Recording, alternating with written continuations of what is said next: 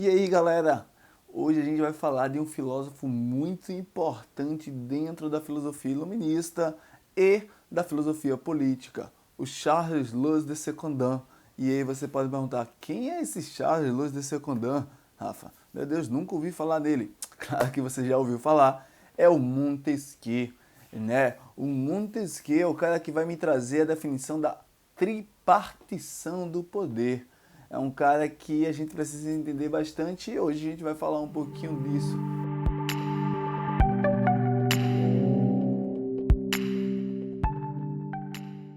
Então, galera, atualmente a gente vem falando muito, né, sobre essas divisões de poderes, sobre as funções de cada poder, do executivo, do legislativo e do judiciário, e a gente acaba falando coisas que não tem uma realidade na teoria do política do Montesquieu. A gente não percebe direito qual seria a função de cada poder aí que a gente está falando. Então a gente vai dizer lá, o judiciário ele está entrando onde ele devia, o executivo ele deveria ir, o legislativo ele... Então, a falta do conhecimento nossa sobre as funcionalidades desses poderes é utilizado, porém, né, também na política partidária, na política eleitoral, né, com promessas que não têm fundamento. Então eu tenho campanhas eleitorais praticadas por promessas que não são fundamentadas nessas funções. É executivo prometendo criação de leis, é legislativo prometendo ações. Então, e a gente consome isso porque a gente não tem entendimento de até onde vai. E até hoje as pessoas não entendem bem isso, né?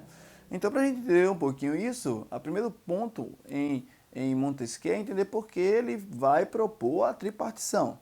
Montesquieu é um pensamento político do liberalismo, né, muito influenciado lá pelo John Locke, que já me trouxe uma regulação do Estado, uma regulação do poder por uma base de justiça, que seria a Constituição.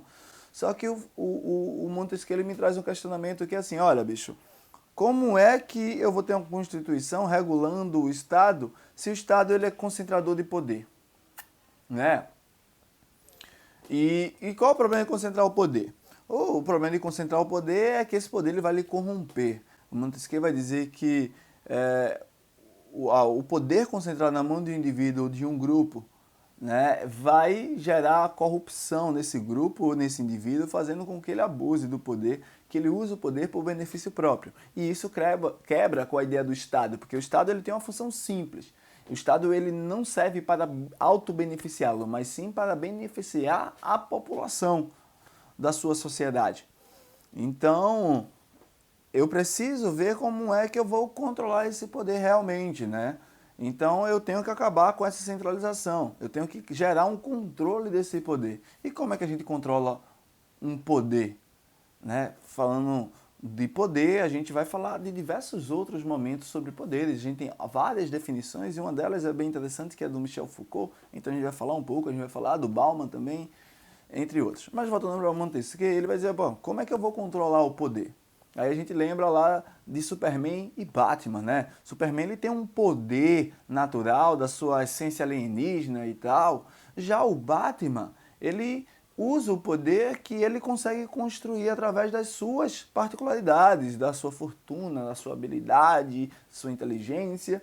E ele usa esse poder para controlar o Superman, né? Para que esse alienígena ele não destrua o mundo, porque ele tem capaz. Então a gente percebe que o Batman, para conseguir controlar o Superman, ele também precisa de poder.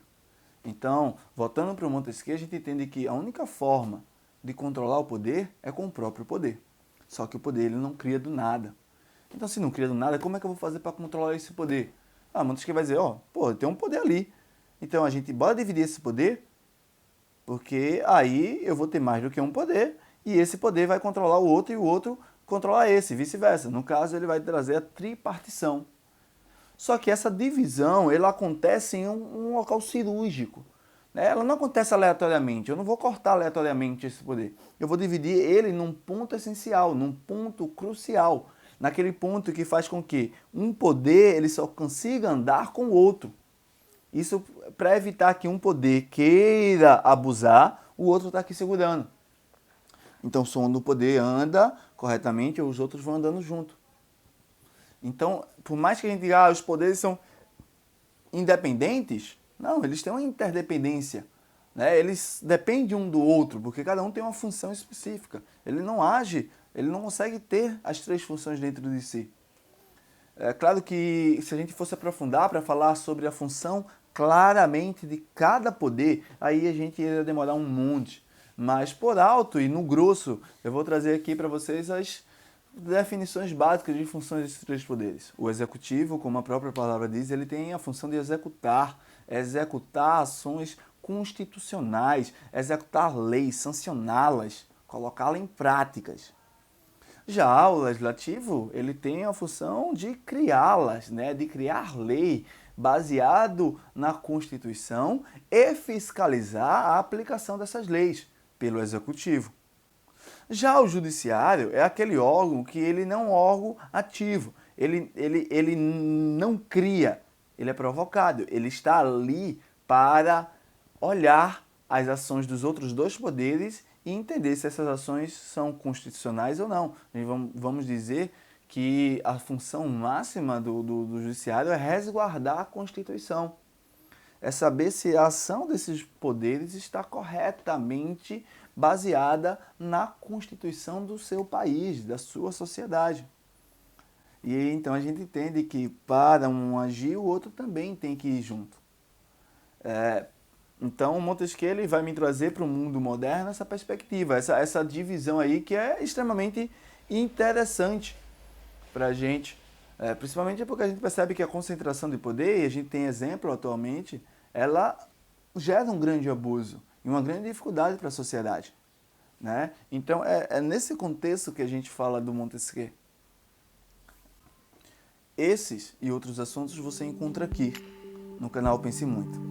Fica ligado.